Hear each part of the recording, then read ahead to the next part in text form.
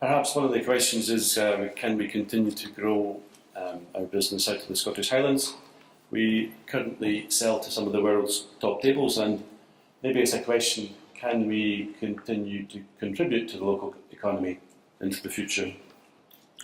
Our company was founded in 1978, and actually they probably didn't know it at the time, but it was probably one of the first sustainably developing food business. But through that, we've managed to grow to many overseas markets, and our product is sampled in first class and BA and some of the best restaurants in the world. Turnover of about £14 million, I think, approaching 200 staff and hopefully growing. We are investing more money in the business and are having a strategic push into international markets. It's fairly common knowledge that in the global economy there are more countries with emerging middle class who have aspirations to buy better products, and food is one of these where we hope to be able to satisfy the demand. This is a chart of where you might be able to see our prime quality food, but if you're anything like myself, you probably don't travel first class in British Airways, Qatar, Emirates, or appear in the Formula One paddock. Fortunately, however, you will be able to enjoy our food at, I think, at lunchtime.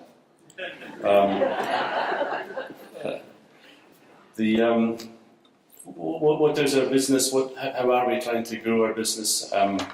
Just something about our company, although we're called Law Fine Oysters, we probably sell more smoked salmon. That is something we're addressing. We're increasing our oyster farm business. We source from partner farmers across Scotland, Argyll and Bute, which is one of the elements, I think, of how we can contribute to the country.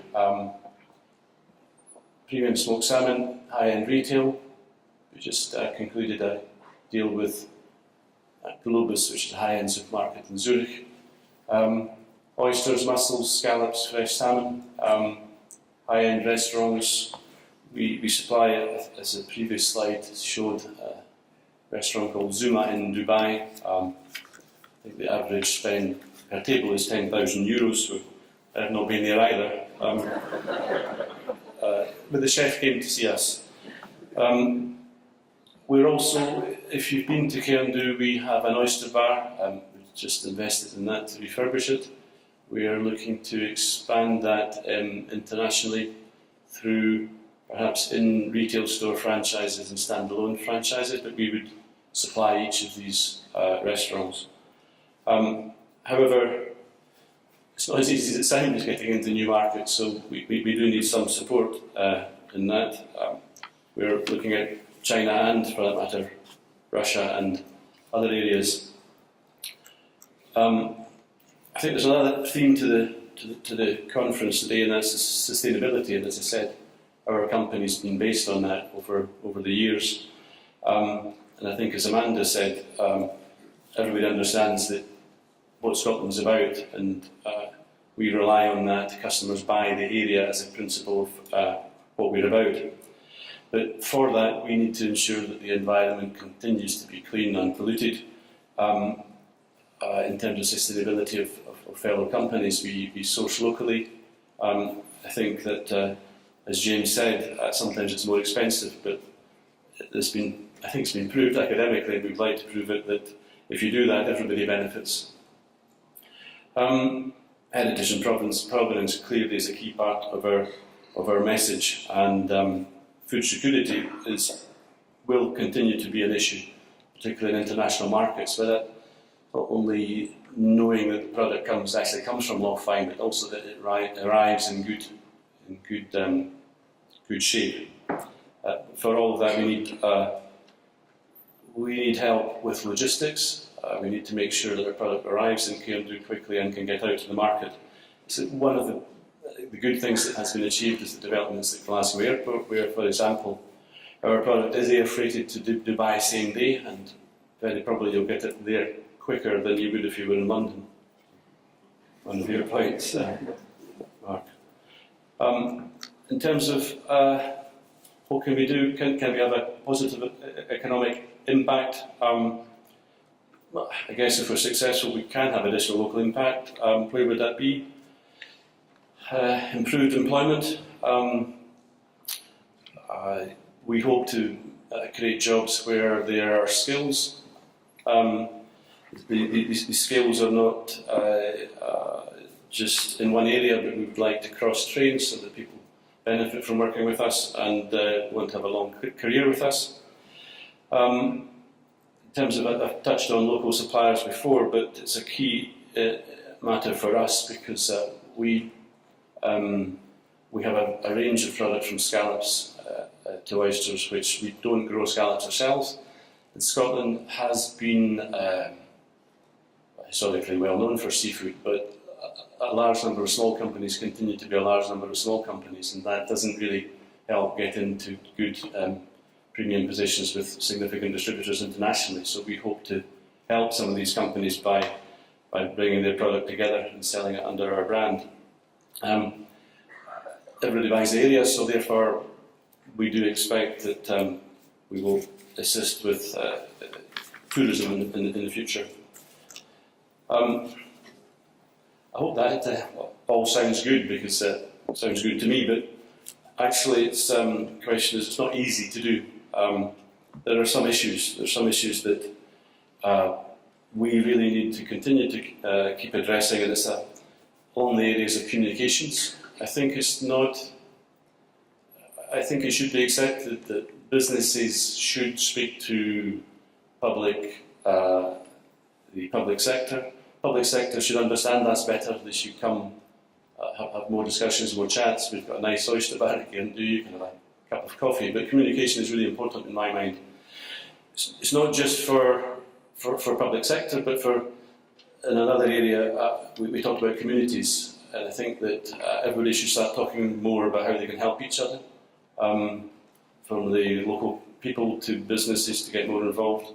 We're trying it all fine, because I think we have been known over the years for being a big company that's not interested. I think we're trying to do some initiatives to get back to the basics, really. So we'd encourage anybody who would like to come and speak to us and get a free cup of coffee and tell us how we can improve. I'd encourage them to do that. People have mentioned housing. It's a key issue. It's maybe easier said than done, but it's absolutely essential.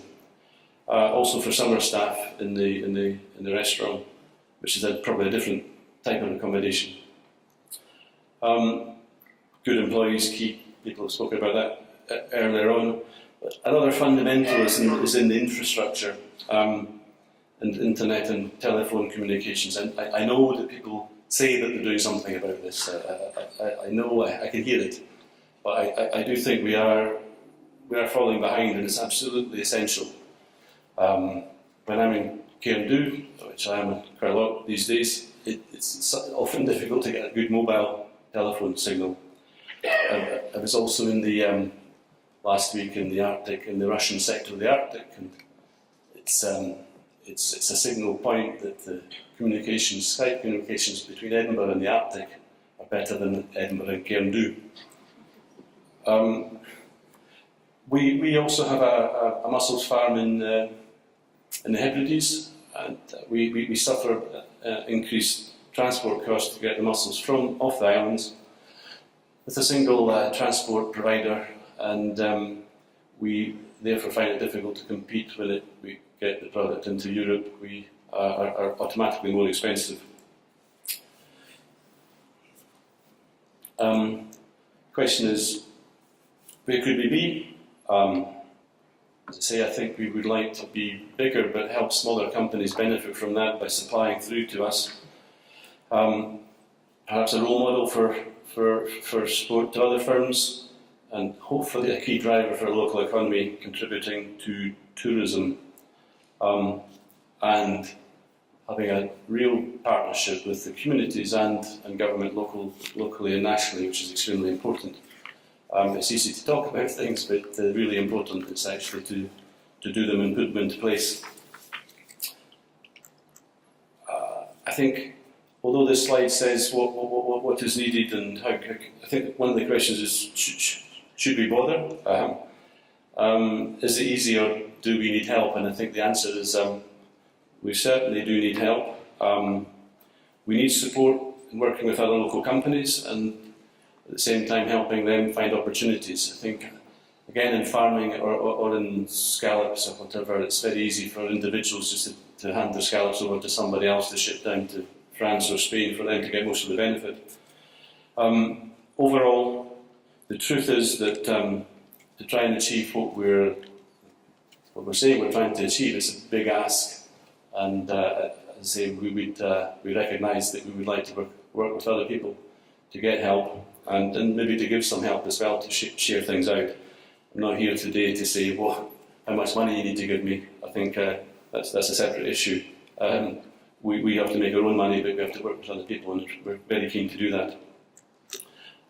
I think, yes, it's possibly coincidental, but we got our first Queen's Award for Industry in 1994, and 20 years later we got another one. We could pretend we had ones in between, but we didn't. But it was certainly very interesting to go and visit Buckingham Palace and see the Queen, who was a very polite lady and very interested, and also interested in Argyll. So, thank you very much.